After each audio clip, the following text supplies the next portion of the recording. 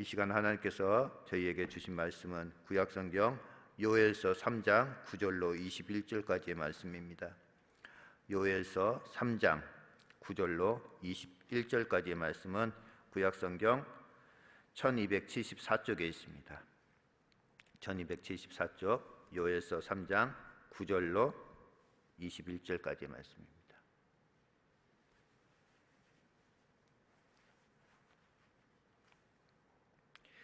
찾으셨으면 저와 한 절씩 교독하시고 마지막 21절 말씀 함께 합독하겠습니다.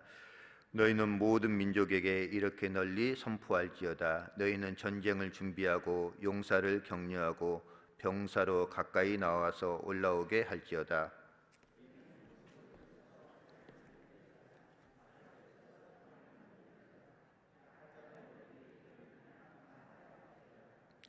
사면의 민족들아, 너희는 속히 와서 모일지어다. 여호와여, 주의 용사들로 그리로 내려오게 하옵소서.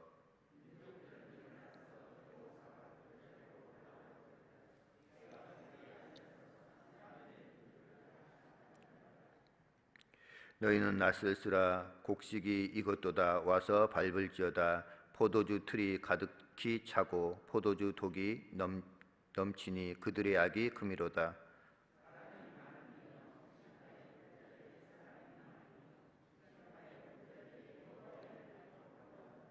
해와 달이 캄캄하며 별들이 그 빛을 거두도다.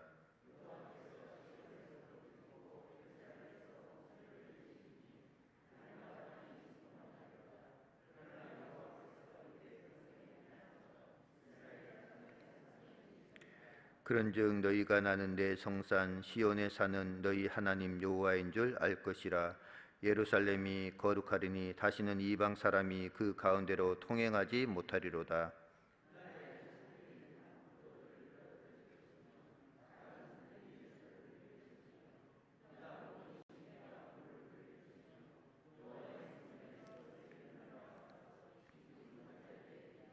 그러나 애굽은 황무지가 되겠고 에돔은 황무한 들이 되리니 이는 그들이 유다 자손에게 포악을 행하여 무죄한 피를 그 땅에서 흘렸음이니라. 함께 읽겠습니다. 내가 전에는 그들의 피 흘림 당한 것을 갚아주지 아니하였군요. 이제는 갚아주리니 이는 여호와께서 시온에 거하심이니라. 아멘. 오늘 말씀 가운데 핵심 말씀을 들자면 10절 말씀을 들 수가 있겠습니다. 10절 말씀 다시 한번 읽도록 하겠습니다. 10절 시작. 너희는 보습을 쳐서 칼을 만들지어다. 낫을 쳐서 창을 만들지어다. 나는 강하다 할지어다.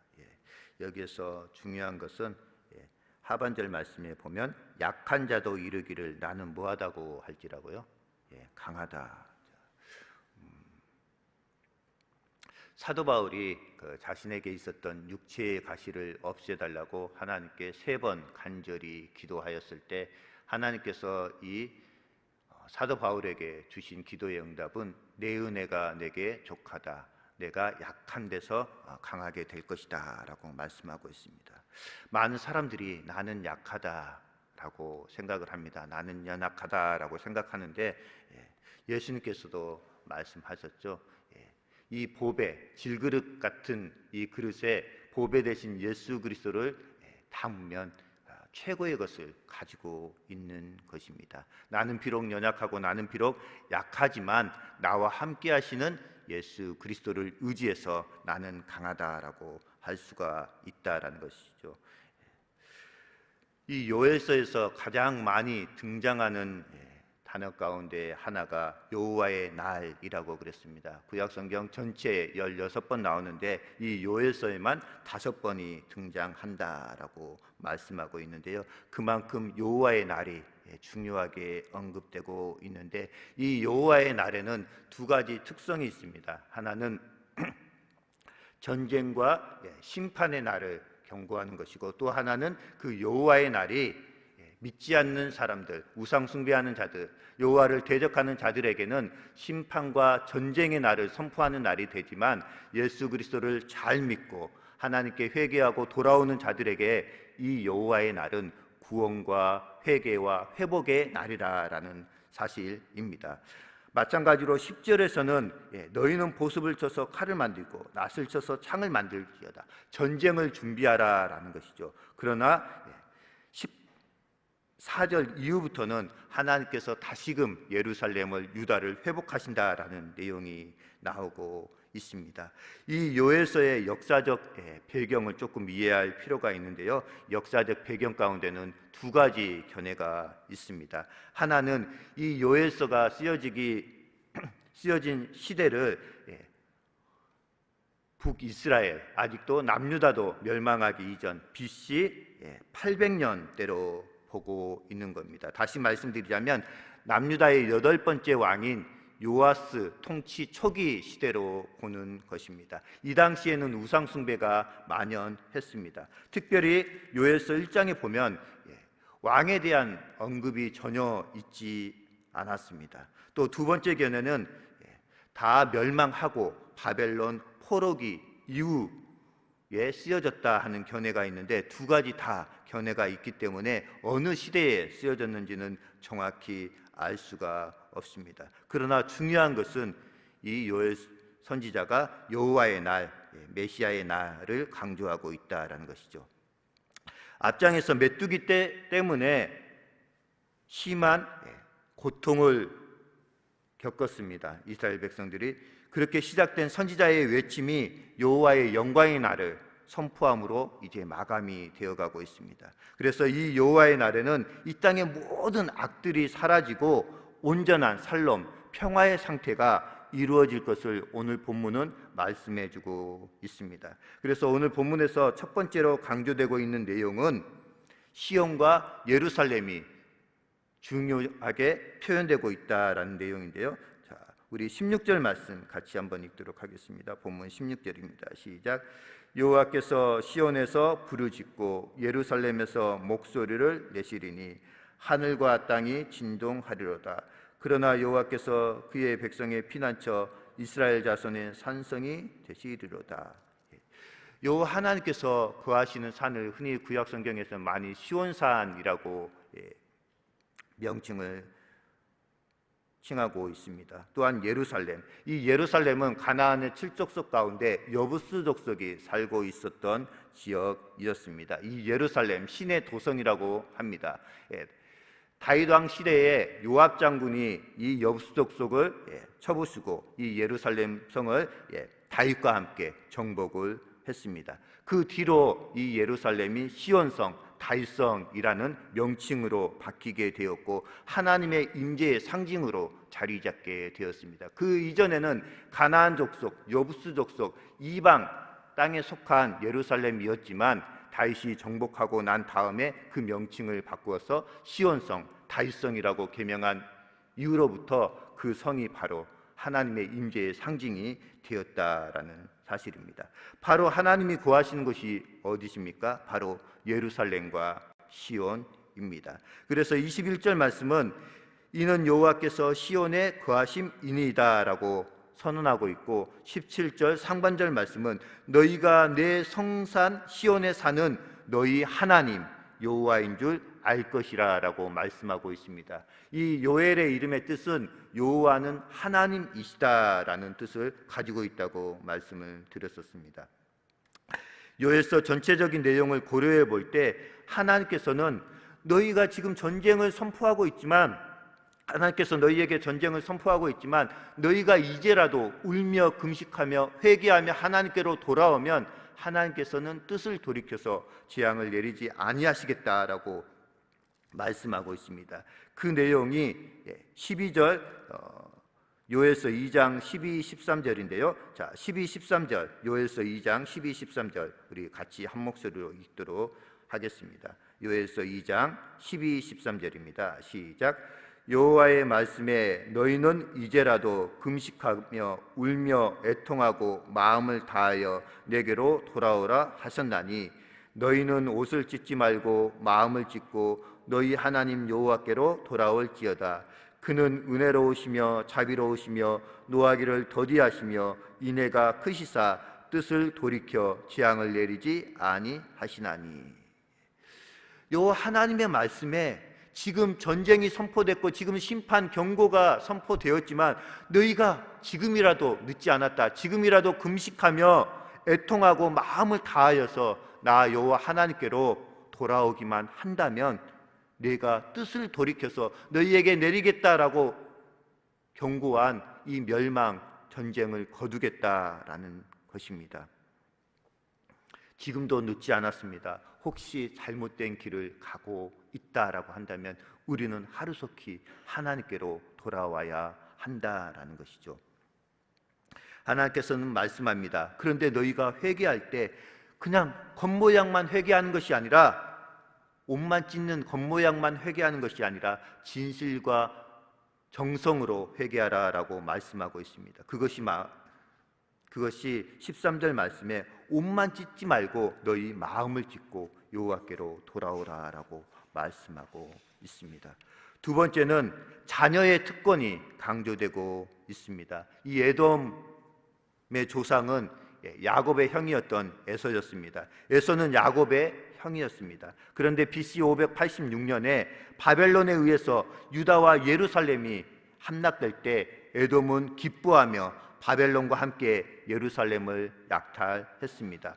도망하는 유대인들을 잡아서 노예로 팔아 넘기기까지 했습니다. 그 내용이 구약성경 오바댜서 1장 10절부터 16절 말씀까지 나오는데요, 하나님은 이러한 죄악을 도저히 용납할 수가 없었습니다. 그래서 에돔은 황무한 들이 되겠다라고 오늘 본문 19절에서 말씀하고 있습니다. 본문 19절 말씀 같이 한번 읽도록 하겠습니다. 본문 19절입니다. 시작.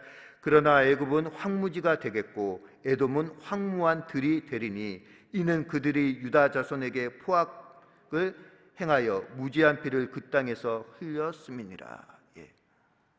에서가 야곱의 형인데 이 유다 백성들, 이스라엘 백성들을 돌보지 않고 오히려 바벨론과 함께 약탈하는데 일조를 했다라는 것이죠. 그렇기 때문에 하나님께서 그들을 심판하셔서 황무한 들이 되게 하겠다라고 말씀하고 있습니다.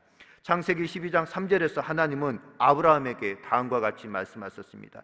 너를 축복하는 자에게는 내가 복을 내리고 너를 저주하는 자에게는 내가 저주하리니 땅의 모든 족속이 너로 말미암아 복을 얻을 것이라 라고 말씀하고 있습니다. 왜 에돔이 저주를 받게 되었는지 이 말씀이 명확히 보여주고 있습니다. 너를 축복하는 자에게는 내가 복을 내리고 너를 저주하는 자에게는 내가 저주하겠다라고 하나님께서 말씀하셨기 때문입니다. 여호와 하나님께서는 더 분명하게 말씀하셨습니다. 내가 전에는 그들의 피 흘림 당한 것을 갚아주지 아니하였거니와 이제는 갚아주겠다라고 말씀하고 있습니다. 내가 어렵고 힘들 때 하나님께서 나와 함께 계시지 않았다라고 생각할 수가 있습니다. 그러나 이제는 하나님께서 우리의 억울함, 우리의 원통함을 모두 다 갚아주시겠다라고 말씀하고 계십니다. 사랑하는 신안의 성도 여러분, 하나님은 우리의 원한을 갚아주시는 분이십니다. 왜냐하면 우리가 바로 하나님의 자녀이기 때문입니다. 이것이 바로 자녀됨의 특권입니다. 이스라엘은 아수르에 의해서 멸망을 당하였고 유다는 바벨론에 의해서 멸망을 당하였습니다. 그런데 그렇게 남유다도 정복했던 이 바벨론 제국이 페르시아 바사 제국에 의해서 멸망을 당하였습니다. 또한 전 유럽을 삼킬 것 같았던 이 바사 제국도 불세출의 영웅 헬라의 알렉산더 대왕의 말발굽 아래에 무릎을 꿇어야만 했습니다. 또한 문학과 전쟁에 능통했던 알렉산더 대제의 슬기와 혈기로 다져진 이 헬라 마케도니아 제국도 로마의 강력한 군대에 하루아침에 멸망당하게 되었습니다. 또한 수백 년 동안 온 세계를 호령했던 로마 시대에는 구약성경이 예언했던 예수님이 이 세상에 오셔서 하나님 나라의 도래를 선포하셨고 교회 시대를 열게 하셨습니다.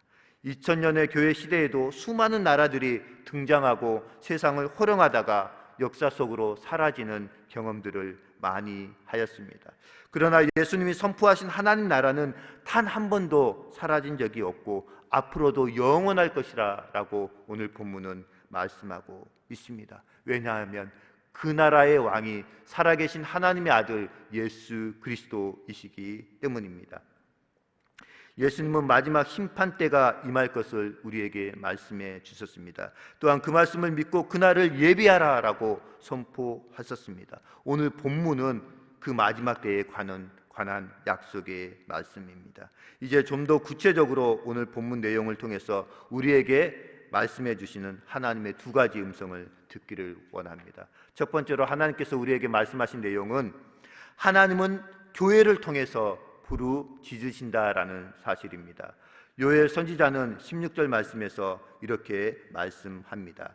여호와께서 시온에서 부르짖고 예루살렘에서 목소리를 내시리니. 이 말씀의 의미가 무엇이겠습니까? 시온과 예루살렘은 하나님 나라와 백성을 의미합니다.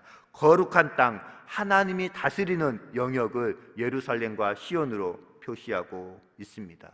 오늘날 교회와 성도가 바로 시온과 예루살렘이라고 말씀드릴 수가 있습니다. 하나님이 당신의 백성을 통해서 역사하시며 말씀이 선포되고 성취되는 것이 바로 예루살렘과 시온이다라는 것이죠. 또한 그곳이 오늘날로 말씀드리자면 이 신앙교회 예배당이라고 할 수가 있습니다. 하나님이 말씀으로 다스리시고 역사하시는 곳이라면 그곳이 어디든지 성령님이 거하시고 말씀하시는 교회입니다. 하나님은 교회를 통해서 말씀하시며 또한 교회를 통해서 역사하십니다. 종국에도 교회를 구원하실 것이며 교회를 더욱 풍성한 것으로 채워주실 줄 믿습니다. 반대로 주님의 말씀이 없는 것은 심판의 골짜기가 된다라고 말씀하고 있습니다. 오늘 본문 18절 말씀 같이 한번 읽도록 하겠습니다. 죄송합니다. 12절 말씀, 14절 말씀입니다. 14절 말씀 시작. 사람이 많으며 심판의 골짜기에 사람이 많으며 심판의 골짜기에 여호와의 날이 가까움이로다. 그곳에는 사람이 무수히 많다라고 그랬습니다. 심판의 골짜기. 왜 사람이 무수히 많겠습니까? 우리들도 다 하나님의 심판대 앞에 서게 된다라고 말씀하고 있습니다. 그들은 서로 어우러져 세상을 소란하고 혼란스럽게 만들었습니다. 예수님이 말씀하신 좁은 길과 좁은 문의 비유를 생각하게 하는 말씀입니다. 넓은 길로 갈지라도 그 길은 멸망으로 끝난다라는 찬송가 가사도 있습니다. 그러나 우리가 비록 이 세상 가는 길이 좁디 좁은 길이지만 그 길은 생명의 길이라고 말씀하고 있습니다. 교회의 길은 좁아서 그 길로 향하는 사람이 적지만 세상의 길은 넓어서 그 길로 향하는 사람이 수없이 많습니다. 지금 우리 대한민국 국민 가운데 예수 그리스도를 믿는 크리스찬이 많을까요? 예수 그리스도를 믿지 않는 불신 영혼들이 더 많을까요? 불신 영혼들이 더 많다라는 것이죠. 그 길에서는 하나님의 음성이 들리지 않습니다. 말씀의 역사가 나타나지 않습니다. 넓은 길의 마지막에는 멸망길로 끝난다라고 말씀하고 있습니다. 곧 그 길은 심판의 골짜기로 이어지는 길이라고 말씀하고 있습니다. 두 번째로 우리에게 주시는 교훈은 하나님은 영원한 영광을 우리에게 약속해 주셨다라는 사실입니다. 하나님 나라의 백성은 장차 그 나라에서 영광스러운 삶을 살게 될 것입니다. 하나님은 우리를 거룩하고 영광스럽게 하실 것이기 때문입니다. 왜냐하면 우리가 하나님의 영적인 자녀이기 때문입니다. 본문에는 그것이 풍요로움으로 묘사되어 있습니다.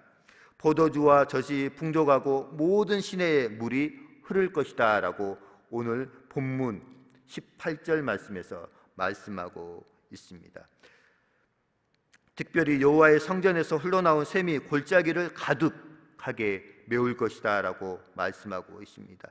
이것은 하나님의 백성이 장차 누리게 될 영광의 시작으로 보여주고 있습니다. 또한 그것은 여호와께서 영원히 우리와 함께 계시기에 부족함이 없는 곳이다라고 말씀하고 있고, 요한계시록의 말씀에 보면 그 천국에는 빛이 필요 없다라고, 등이 필요 없다라고 말씀하고 있습니다. 왜냐하면 어린 양 대신 예수 그리스도께서 등불이 되어 주시기 때문이다라고 말씀합니다. 그러나 우리를 괴롭히던 대적들은 하나님의 심판으로 인해서 황무지와 황무한 들로 변하게 될 것이다라고 말씀하고 있습니다. 그곳은 생명이 지배하는 것이 아니라 사망이 지배하게 된다라는 것이죠. 하나님의 이러한 약속이 우리에게 어떤 상황 속에서도 소망의 끈을 놓지 말게 하는 이유가 되는 줄 믿습니다.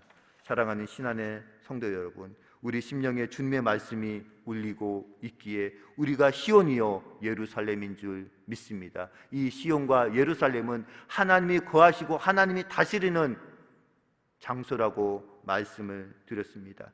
그렇기 때문에 현재 우리의 삶이 아무리 어렵고 힘들더라도 낙심할 이유가 없습니다.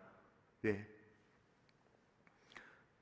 하나님께서 우리와 함께 해주시기 때문입니다. 하나님은 약속하신 대로 우리를 거룩하게 하실 것이고 우리는 완전한 거룩을 향해 달려나갈 것입니다. 예수님이 예비하신 마지막 때에 우리의 피난처와 산성이 되실 예수 그리스도의 말씀을 굳게 믿고 순종하는 저와 신안의 모든 성도님들 되시길 주님의 이름으로 축복드립니다. 이 시간에 함께 기도하는 시간을 갖도록 하겠습니다. 하나님, 우리가 세상이 아무리 어렵고 힘들더라도 주님께서 주신 믿음과 소망의 끈을 놓지 않고 주님 재림하시는 그날까지 이 믿음, 이 신앙 굳건하게 잘 지키며 우리의 다음 세대들에게까지 이 신앙을 잘 물려줄 수 있도록 우리 신앙교회가 평안하여 든든히 세워져 가고 예수 그리스도의 구원의 복음을 선포하는 복된 교회가 되게 해달라고 이 시간 함께 중보하며 나아가도록 하겠습니다. 기도하겠습니다.